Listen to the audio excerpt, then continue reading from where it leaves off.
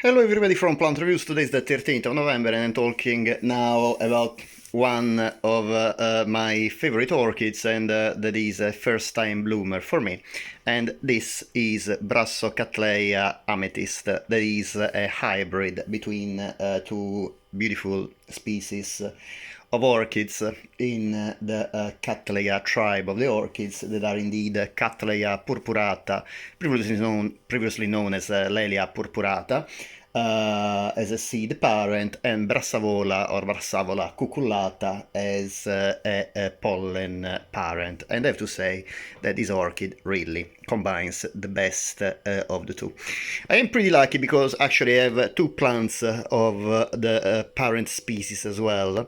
This is Brassavola cucullata and this one is Laelia purpurata. However, these are, well, Laelia purpurata, that is actually reclassified as Cattleya purpurata now, is not blooming sides yet, while Brassavola or Brassavola cucullata is, but it is still it doesn't bloom yet. However, I'm very happy that the hybrid between these two species recently bloomed with, well, just one flower, but absolutely gorgeous. And I will introduce also about these species, the parent species as well.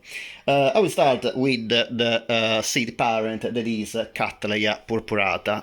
I brought well, my computer here so I can show you actually some of the images of Cattleya purpurata. Cattleya purpurata is one species of Cattleya. It is a true Cattleya. Was previously classified as Laelia purpurata because actually produces 8 pollinia, I believe, while most Cattleyas produce only 4, and the Laelia in Central America also produce 8 pollinia. So some scientists consider this feature sufficient to classify purpurata as Laelia rather than Cattleya. However, molecular genetics showed that this orchid is actually a true Cattleya and is not a close relative of the Laelias from Central America, and the fact that this, as other Cattleya from Brazil, like Tenebrosa for example, produce 8 pollinia, is just due to a variation in the genus Cattleya, and it doesn't absolutely mean that they are closest relative to Laelia. Indeed, the Cattleya purpurata, as well as the other Cattleyas previously classified as Laelia, the species actually comes from Brazil, and there is a huge gap in geographical distribution and the distribution range between these Cattleyas and the Laelias that instead are distributed in Central America. You know, sometimes might be close relatives, can actually be quite distant, but this is generally not the rule, and anyway, molecular genetics show that this species is actually a true Cattleya.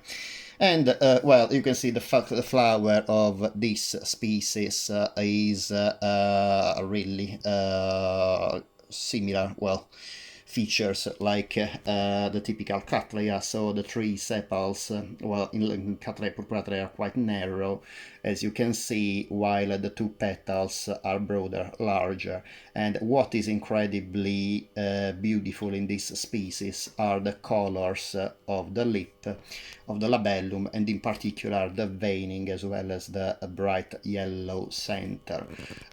This yellow center and the veining is actually present in most of the variety, that can be either more or less intense. This one, for example, it's the beautiful form Varcoseri, that is a very deep purple lip. However, there are several other colors of this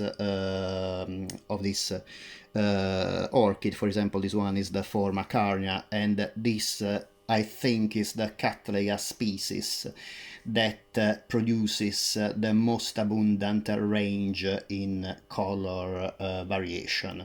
Very famous in Cattleya purpuratas are the semi-alba forms, so with most of the flower white, with the beautifully contrasting lip, the beautifully contrasting labellum, that is a very intense colors. However, obviously pink and lavender forms are also known as well as white form. Well, you can see quite clearly in this flower the veining in the labellum, and that becomes more intense, obviously more easily, more evident when the colors change from the deep purple or deep pink or deep lavender that most forms have on the external part of the labellum through the whitish and then the yellow internal part of the labellum, and obviously on a light color the veining becomes more evident indeed.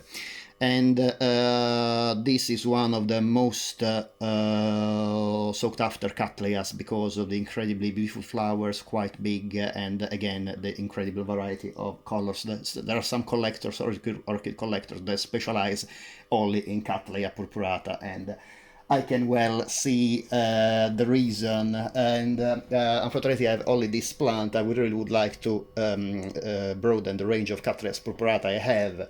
But unfortunately, as you can see, I'm really running out of space. Actually, I need to downsize my orchid collection, unfortunately. And or actually get a bigger house or a greenhouse. That might be an even better option. So I'm thinking about. So this is my paper where I usually take my notes in order not to forget anything.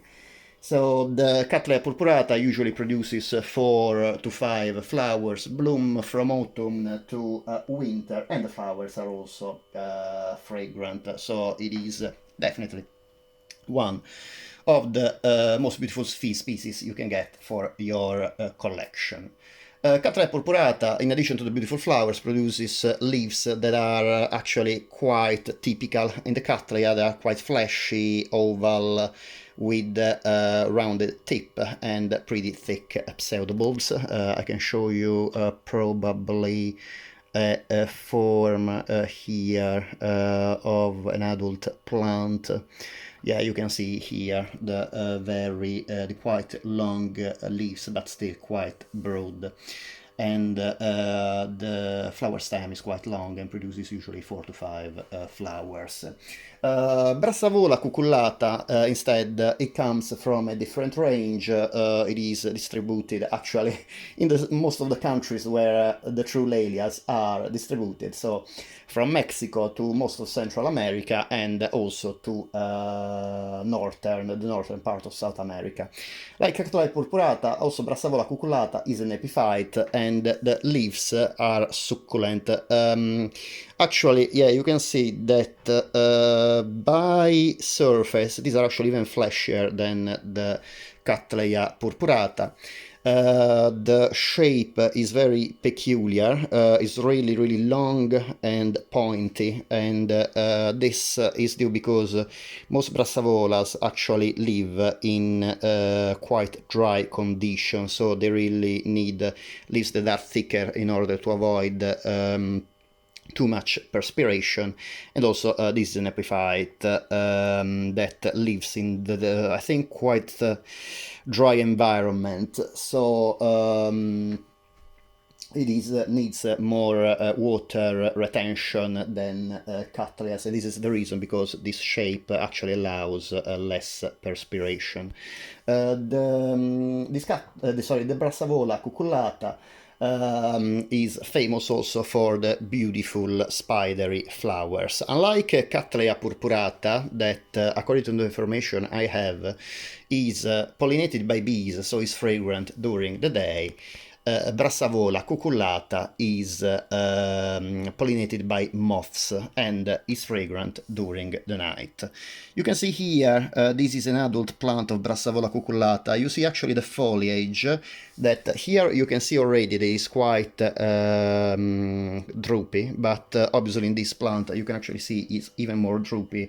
And well, you can see that in this plant that is mounted on wood, on bark, as really lives in the wild. Obviously epiphyte on trees, the leaves are quite droopy, and you can see also the very long flower stalks and the beautiful spidery flowers that make this plant very famous. In addition to the beauty of these flowers, what really stands out in the Cattleya tribe is the fragrance of this orchid. Some people loves the fragrance. It describes some kind of soapy, sometimes musty. Some other instead detect a kind of like earthy or even not very good, like a sweaty scent. However, my Brassavola cucullata didn't bloom yet, so really I can't tell. And what I would point out anyway is the beautiful flowers that are usually white. They can be with shades of yellow or red in some forms, but really mostly are white. And also the illumination, the light exposure also affects the color of the leaves as well as of the flowers. However, mostly it has these quite dark green leaves and these white flowers. The Brassavola cucullata is a little bit rarer in comparison to other Brassavolas in cultivation, with Brassavola nodosa, the most common in cultivation, and actually the Brassavola nodosa has leaves that are weirdly kind of similar to this hybrid, that is the Brassocattleya Amethyst, that doesn't have nodosa in the background of the genetics. However, you can see that the leaves in Brassocattleya Amethyst are actually erect, so they are in between they are pointy at the end, precisely like the cucullata, but they are obviously broader. They are not that cylindrical as in cucullata. Quite large, and also you can see they are quite erect leaves, and to me weirdly remind a lot of the leaves of Brassavola nodosa. However, the flower you can see in the Brassavola nodosa is completely different than in this hybrid, and this hybrid I really believe that combines the best of both species. So you can see that, okay, the leaves, first of all, in my hybrid are about, I would say, 35-40 centimeters tall. I'm sorry for the pile of clothes that I still have to that I still have to fold. They are clean there in my bed, but I still have to fold. Tomorrow I'm actually going to Mexico, and I hope to see this. Some of these orchids, maybe I will see Brassavola cucullata in full bloom, hopefully, we will see. And I didn't have much time this week to keep up with the housekeeping, and I will do it after my holiday. Anyway, clothes state apart, I really wanted to point out about the height of the leaves. The leaves are about 30-35 centimeters tall, and I love already of this hybrid. The leaves are very ornamental, very pointy, nicely green, but really what I love this plant obviously is the beautiful flower. You can see that the shape of the flower clearly resembles Brassavola cucullata. This is the Brassavola cucullata flower, the species, and this one is my Brassocattleya Amethyst. You can see that the flower is really spidery. I can also offer you a side view, and it is the petals and sepals are actually quite long, and they resemble each other, as indeed in the parent plant, in the well, in the pollen parent. Obviously, there can be some variation, being this a hybrid. You can see some hybrid tend to have quite long petals and sepals. Some others might be a little bit broader and shorter, as it is. But me, in my opinion, well, I love spidery plants, so I feel really lucky that I got this incredibly beautiful spidery flower, spidery form with these gorgeous petals and sepals. Obviously, what I love of this plant is the gorgeous lip. You can see it is quite fringed, as Brassavola cucullata, and the veining is also very evident as in Cattleya purpurata. You can see this beautiful, quite intense purple on the external part of the lip veined with deeper purple, with the inner part of the lip on a white background, and the purple veining goes in the internal part of the flower. The petals and sepals also are mostly white, but especially on the external part of the flower, they are shaded in pink. This is an absolutely gorgeous color combination, and I can't say enough how I absolutely love it. And another consideration about the fragrance, I love the fragrance of this orchid. It's not like sweaty or earthy at all for me. It is a night fragrant orchid. This orchid never smells, at least this my particular individual, never starts being fragrant before 9 or 10 in the evening, and it's still fragrant. Sometimes for work I have to wake up at 3, 4 in the morning, and it is still fragrant at that time, while by the morning the fragrance has completely disappeared. So this is the fragrance pattern, production pattern, is definitely inherited by the pollen parent, by Brassavola cucullata. The type of fragrance is very sweet, very different from any other Cattleya I have. Usually Cattleya have this kind of citrusy, kind of lemon smell, very nice, and I love it.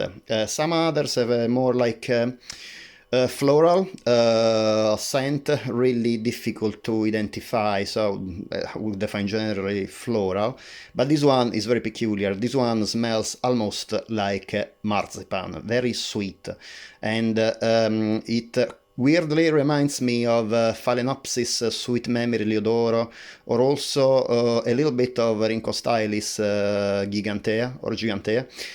It is very strange because I couldn't find any resemblance to any of other species in the Laelia family, and the only quite close similarity I can find in the smell of this orchid are actually in the Vandaceous orchids, in this species Rhynchostylis gigantea, and in the this hybrid Phalaenopsis Sweet Memories. I have the Liodoro, Sweet Memory Liodoro. I'm not too sure if the parents of the Sweet Memory Liodoro have also this kind of marzipan fragrance, because I believe the parent of one of the parents of Phalaenopsis Liodoro is Phalaenopsis bellina, and it also, I believe, is a very sweet and fruity fragrance, so this might be where Phalaenopsis Sweet Memory inherits its fragrance. However, the fragrance, I think, in this hybrid, at least in the individual I have, because obviously hybrids can vary also in fragrance, it is absolutely gorgeous, very sweet, kind of marzipan, very, very peculiar.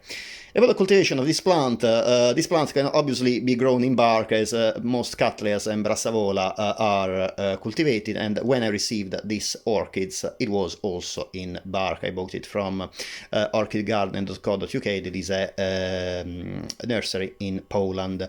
I bought it before Brexit, actually.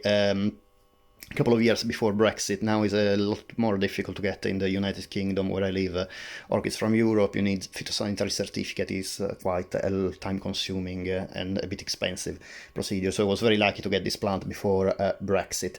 However, what I cultivate this plant in, as most of my orchids, is semi-hydro, so you can find in many videos on YouTube how to convert an orchid to semi-hydro. Just be sure to do it when the plant is putting new roots, otherwise it will the old roots will rot, and if the plant is not producing new roots, will just die. Indeed, I had two actually, Brassocattleya Amethyst I ordered from Orchid Garden. One unfortunately died after converting it to semi-hydro. This one instead really took it very well, and well, you can see the roots are absolutely incredibly developed in this one, and I think when it works, semi-hydro is a great way to cultivate orchids, but when it doesn't work, it's disastrous. I had some problems with some orchids. Unfortunately, some of them died, so be careful when converted orchids in semi-hydro. About cultivation, this plant really needs a lot of sun. I usually cultivate it in my south-facing window, and this plant actually stays here in this empty spot where I will put this plant back. Obviously I have to move it because I wanted to give you a nice close-up of the flower as well as its gorgeous color. So as much light as possible. In the United Kingdom, where I live in southeast England, is perfectly fine. South facing windows, it gets sun most of the day, even very hot sun in summer, as long as you open a little bit the window in summer in order not to burn the leaves too much, is fine. You can actually see these burnt tips of the leaves, but I believe these are the actually old leaves that anyway are dying, because the new one, as you can see, the one where the flower was produced, is perfectly fine, and these new ones were produced when in absolutely full sun with southern exposure, and they are green and really gorgeously beautiful.